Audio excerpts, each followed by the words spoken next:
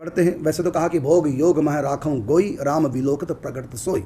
महाराज जनक जैसे राजऋषि जिन्होंने भोग को योग में, योग को भोग में समा रखा था, कोई पहचान ही नहीं पाता।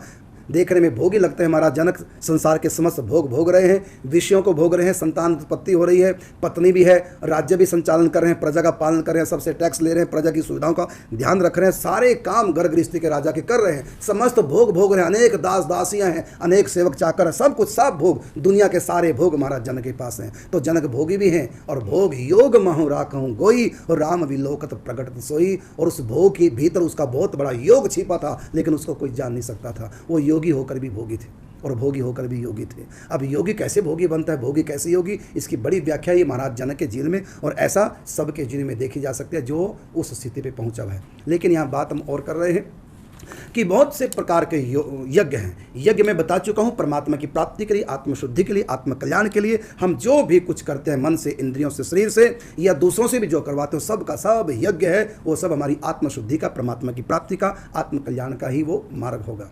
तो उसमें भगवान ने अनेक प्रकार बताए, जैसे कि कहा 28वें श्लोक में भगवान ने गीता के 4th अध्याय में कि द्रव्य यज्ञास तपो यज्ञ योग यज्ञास तथा परे स्वाध्याय ज्ञान यज्ञाश्च यतयः संसित व्रतः। ये सब यज्ञ हैं। द्रव्य यज्ञ, द्रव्य यज्ञ किसको कहते हैं? जो हमारे अधिकार में वस्तु है, हमारी कमाई हुई वस्तु है, धर्म पूर्वक शास्त्र वेद कर्मों से अपना व्यापार करके, नौकरी धंधा करके जो भी हमने वस्तु अर्जन किए है, चाहे वस्त्र है, चाहे वस्तु कोई भी है, धन है, भोजन आदि है, जमीन जायदाद है, मोटर गाड़ी कार आदि है, जितना भी हमारे पास वस्तु है, भोग की सामग्री है, जो हमारे कर्मों से हमको प्राप्त हुई है, तो वो यदि हम, जिस पे हमारा स्वत्व है, हमारा अधिकार है, उस सामग्री को, उस वस्तु को, उस धन को, उस सुख को यदि हम दूसरों को दान करते हैं, दूसरों को देते हैं, अपने भाग्य को दूसरों को अर्पण कर देते हैं, अपनी सुख सुविधाओं को दूसरों को देते हैं, दान हम दूसरों के लिए ही करते हैं, तो वो दान करना भी एक यज्ञ है। इससे भी आत्मशुद्धि होती है, आत्म कल्याण होता है। दान करने से, चाहे वो धन का दान, चाहे भोजन का दान, चाहे वस्त्र का दान, चाहे जमीन का दान, दान करने से भी आत्मशुद्धि होती है, पापों का क्षय होता है, मन पवित्र होता है। और दान करने से, आत्मशुद्धि होने पर आत्म कल्याण होता है। और यही दान यदि हम भक्ति पूर्वक करें, अपने गुरु के लिए, संतों के लिए, महापुरुषों के लिए, परमात्मा की प्रसन्नता के लिए जब हम दान करते हैं, बिना किसी कामना के, बिना किसी स्वार्थ के, जब हम संत सेवा करते हैं, गुरु की सेवा करते हैं, गौ ब्राह्मण की सेवा करते हैं, यहाँ तक कि किसी भी दीन दुखी की सेवा करते हैं, लेकिन यही भाव करके कि परमात्मा की आज्ञा है कि सबकी सेवा करो, मैं सबके भीतर हूँ, इसलिए किसी की भी सेवा करना परमात्मा की सेवा करना है। ऐसा पवित्र भक्ति वाला भाव रख करके जब हम किसी को भी द्रव्य दान करते हैं, वस्तु का दान करते हैं, धन का दान करते हैं, वो भी यज्ञ बन जाता है। यज्ञ का नाम है द्रव्य यज्ञ।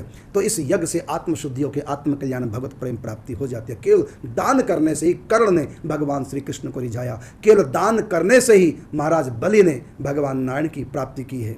तो ये दान जो किया जाता है, ये भी यज्ञ है, इससे भी प्रभु प्राप्ति होती है। इस यज्ञ को गीता में कहा द्रव्य यज्ञ। आगे बताया तपो यज्ञ। तपो यज्ञ का अर्थ है सहन शक्ति। धन का अभाव है, सह लिया गरीबी को, गरीबी में ही अपना जीवन यापन करने लगे, इसका नाम तप है। किसने हमको गाली दे दी, हमने कुछ नहीं कहा, सह लिया, ये भी तप है। तपस्या का सीधा सीधा अर्थ है कि जो वस्तु हमारे पास नहीं है, हमको अभाव है, कष्ट हो रहा है, उस कष्ट को भगवत इच्छा मान करके सह लेना, प्रसन्नता पूर्वक सहर्ष, उसको कहेंगे तपो यज्ञ। इसलिए कोई भी सुख यदि हमको प्राप्त नहीं हुआ है, आप उस सुख को अभाव में न देख करके भाव में देखो कि प्रभु ने हमको तप करने का अवसर दिया है। अब हम तपस्या कर रहे हैं अपने प्रभु की प्राप्ति के लिए, इसलिए हमने उस सुख से ही मन हटा लिया, क्योंकि ये सुख नहीं जो मिला हमको, ये हमारा अभाव नहीं बल्कि हमारा भाव हो गया। क्या? ये भक्ति है, सहन करना भक्ति है, इसी का नाम तप है। अब हम तपस्या करेंगे, आज से उस सुख की तरफ मुंह भी नहीं करेंगे। अब हम तपस्या करेंगे, ये हमारी भक्ति का एक अंग होगा, परमात्मा की प्रसन्नता का एक कारण बनेगा। इस प्रकार वो प्रसन्नतापूर्वक सह लेगा। इसी सहन करने का नाम है तपो यज्ञ। और हम धूप के दुख को सहन करें, तपस्या करें, इसलिए उसको तपस्या कहा जाता है। धूप में बैठे, सर्दी में नग्न बैठे हैं और सहन कर रहे हैं। लेकिन ध्यान रखो, ऐसी तपस्या नहीं करनी चाहिए जिसमें रोगी बन जाए और भजन में विघ्न पड़े और शरीर देहात्म बुद्धि बढ़े। ऐसा तप भी नहीं करना चाहिए। तप उतना ही करो जितना हम कष्ट सह सकें। जो हम कष्ट न सह सकें, जेठ के महीने में धूप में बैठ के तप करेंगे, शरीर झुलस गया, बीमार पड़ गए, मृत्यु तक हो गई। अब ये तप नहीं, ये तो आत्महत्या हो गई, ये तो पाप हो गया। तप का अर्थ है जितना हम सह सके उतना सहो, कष्ट सहो। और उस तपस्या में उसको तप न मान के बल्कि भक्ति मानो, मैं प्रभु की प्रसन्नता के लिए सह रहा हूँ। किसने हमारी बात नहीं मानी, क्रोध मत करो, सह जाओ क्रोध को, तपस्या हो गया। कुछ नहीं कहा, तपस्या होगा। क्षमा कर दिया, तपस्या हो गई। केवल धूप में बैठे रहना, भूखे प्यासे रहना, इसी का नाम तपस्या नहीं है। कुछ नहीं खाया, कुछ नहीं पिया, हम तो तपस्या करेंगे 1 महीने की, और 1 महीने में भगवान आए कि नहीं पता नहीं, लेकिन मौत जरूर आ गई। भगवान के घर पहुंचे कि नहीं पहुंचे, हॉस्पिटल में अवश्य पहुंच गए, तो इसका नाम तप नहीं। इसलिए अज्ञान पूर्वक तप नहीं करना चाहिए। जितना सह सकें उतना सहो, जिसमें कुछ बिगड़े ना। अब हम योग आसन करने चले, शरीर को ऐसे मोड़ रहे हैं जबरदस्ती योग आसन करने के लिए, तो होगा क्या, देखा देखी साधे योग और छीजे काया बाड़े योग। इसलिए तपस्या तो करो, लेकिन उतनी करो जिस तप से पाप भी कट जाए और तुम्हारा कुछ शरीर का मन का बिगड़े ना, मन में सत्व गुण रहे। तो इसलिए इसको तपो यज्ञ, ये यज्ञ है। तो तपो यज्ञ और योग यज्ञास्त तथा परे। योग यज्ञ, योग का अर्थ केवल योग शब्द है। योग का अर्थ यहाँ पतंजलि योग से लगाया है। यम 5 नियम, फिर आसन, फिर प्राणायाम, फिर प्रत्याहार, फिर धारणा, फिर ध्यान, फिर समाधि। इस प्रकार अष्टांग योग का जो आचरण करते हैं वो भी तपस्या है, वो भी एक यज्ञ है। अष्टांग योग से भी परमात्मा की प्राप्ति, क्योंकि अष्टांग योग का अंतिम पड़ाव है समाधि, अर्थात मन का भगवान में लय हो जाना, चित्त वृत्ति का निरोध हो जाना, माया से मन हट जाना और परमात्मा में लग जाना, यही योग है। तो ये भी एक यज्ञ है, इससे भी परमात्मा की प्राप्ति होती है। और कहा कि स्वाध्याय ज्ञान यज्ञाश्च, अध्ययन करना भी यज्ञ है।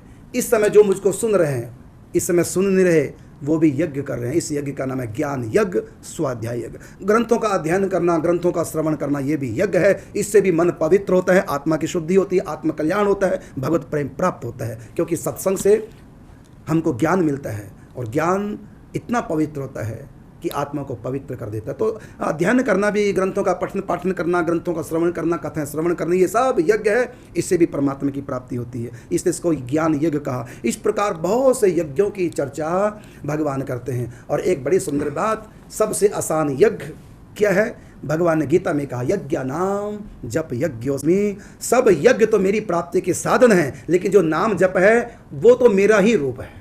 यज्ञ नाम जप यज्ञोस्मि, जो मेरे नाम का जप है वो तो साक्षात मेरा ही रूप है। अर्थात कोई मेरा नाम जप रहा है तो नाम के रूप में मैं ही आ गया हूं।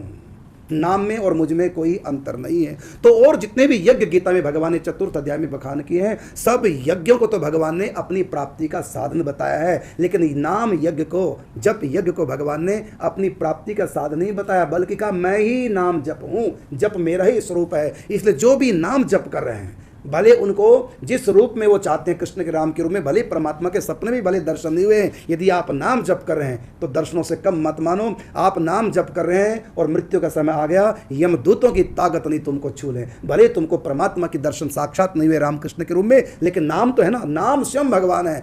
अजामिल के मुख से नारायण नाम निकला था और भगवान के पार्षद आ गए, क्योंकि नाम भगवान का स्वरूप है। जहाँ भगवान का नाम है वहाँ अमंगल हो ही नहीं सकता। इसलिए कहा कि मंगल भवन अमंगल हारी। परमात्मा जैसे अमंगलहारी हैं, मंगल के करण करने वाले हैं, मंगल यातना हैं, इसी प्रकार भगवान का नाम भी है। तो यज्ञ नाम जप यज्ञोस्मि, भगवान श्री कृष्ण कहते हैं मेरी प्राप्ति के जितने भी साधन हैं वो यज्ञ कहलाते हैं। और नाम जप यज्ञ भी है, अर्थात मेरी प्राप्ति का साधन भी है और मेरा स्वरूप भी है। तो सबसे ऊंचा यज्ञ भगवान ने किसको कहा, नाम जप को कहा। इसलिए जितने भी मेरे श्रोतागण इस समय मुझको सुन रहे हैं, सबको नाम जप अवश्य करना चाहिए। उसके बाद नाम जप करते निश्चिंत हो जाओ, मिल गए भगवान हमको। किस रूप में मिल गए, नाम के रूप में प्रभु हमारे जीवन में आ गए। अब मैं प्रभु से अलग नहीं होंगी, नहीं होऊंगा। अब तो हर समय नाम जप चलता रहेगा। प्रभु के नाम का जप यदि चल रहा है, आप सबसे बड़ा यज्ञ करता है और आपको भगवत प्राप्ति हो गई। इसी समय होगी, नाम जपती, नाम आ गया, भगवान आ गए। अब मौत का भय नहीं, यमदूतों का भय नहीं, नरक का भय नहीं, 84 के चक्कर का भय नहीं। बस लगे रहो, हर समय प्रभु के नाम का जाप करो।